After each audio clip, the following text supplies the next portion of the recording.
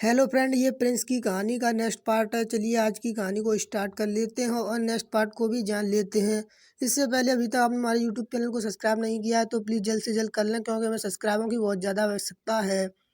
चलिए कहानी को स्टार्ट करते हैं। लड़की कहती है कि ठीक है, मुझे कमरा बता दो, मैं जाकर सो जाऊंगी। प्रिंस कहता है और उसे कमरा बता देता है। फिर वह कमरा बताकर अपने रूम में सोने के लिए छत पर चली जाती है। लड़की के रूम में सोने के लिए चली जाती है, लेकिन बिस्तर पर 1-2 घंटा रहने के बावजूद भी लड़की को नींद नहीं आ रही थी। उधर बिजली बहुत जोरों से गरज रही थी। बाहर आसमान में लाइट जल रही थी, जिस कारण से दागी को काफ़ी ज़्यादा डर लग रहा था और वह सोने में बिल्कुल भी असमर्थ थी। एक बार बिजली बना ज़्यादा जोरों से लड़की का दिल सौंस गया और वह फटाक से उठ खड़ी हो गई।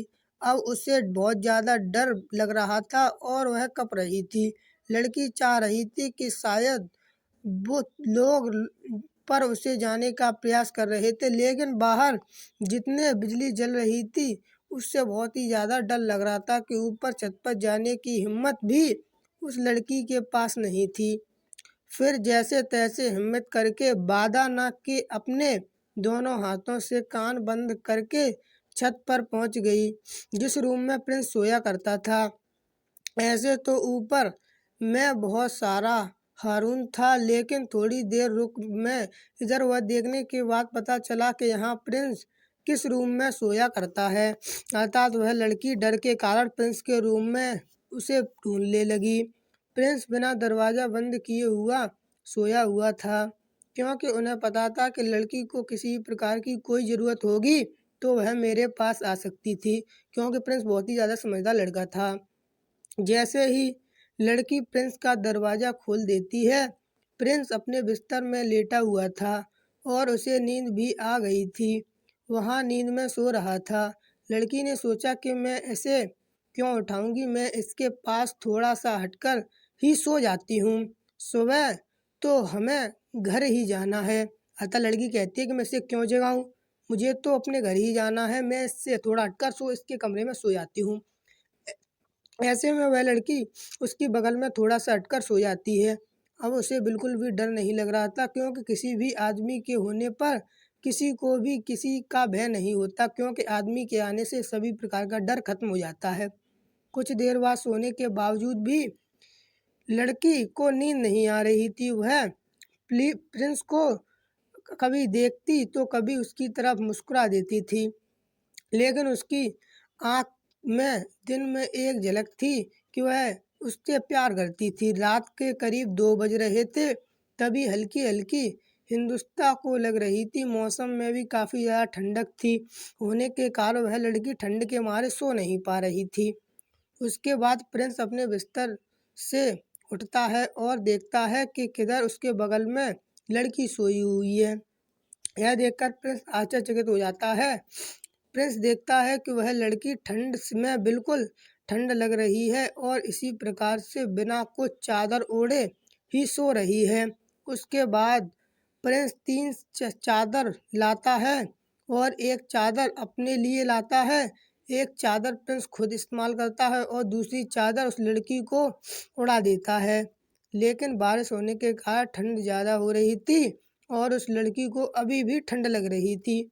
वह ठंड के से बहुत ज़्यादा कँप रही थी। यह देखते हुए प्रिंस उसके नज़दीक आता है, उसके शरीर में टच कर देता है, अर्थात उसे अपने शरीर से चिपका लेता है।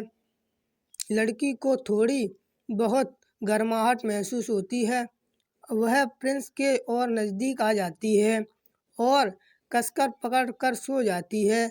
ठंड होने के कारण उसे कुछ भी समझ में नहीं आ रहा था। जो उसका मन कर रहा था वह काम कर रही थी, अर्थात लड़की को ठंड बहुत ज़्यादा लग रही थी, क्योंकि बारिश हो रही थी और बिजली कड़क रही थी। ठंड का मौसम था, जिसके कारण लड़की को बहुत ज़्यादा ठंड लग रही थी। प्रिंस अब उस लड़की को कुछ नहीं बोल पा रहा था। किसी लड़की को ज़्यादा तबीयत खराब होने के कारण प्रिंस खुद ही चाहता था किसी की तबीयत खराब ना हो, चाहे वो मेरे पास सो जाए, उसके बाद मैं सो गया, इसलिए घर पर पहुंचा दूंगा। रिश्ते नहीं तो सुबह हो जाती है। वह लड़की सुबह उठकर अपने घर जाने के लिए तैयार हो जाती है, लेकिन अभी भी उसकी तबीयत ज़्यादा खराब थी।